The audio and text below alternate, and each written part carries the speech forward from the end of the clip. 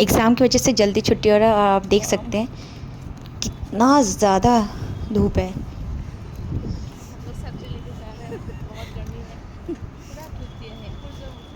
बाप रे ईमान रोड से कहाँ है कावड़ी हो। ये हमारी आसाम की गर्मी। तो अभी ये हालत है,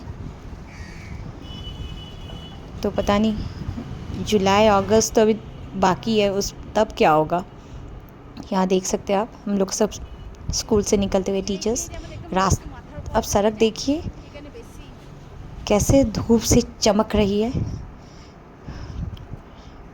मतलब देख ही नहीं सकते धूप की तरफ, मतलब इतना ज़्यादा गर्मी।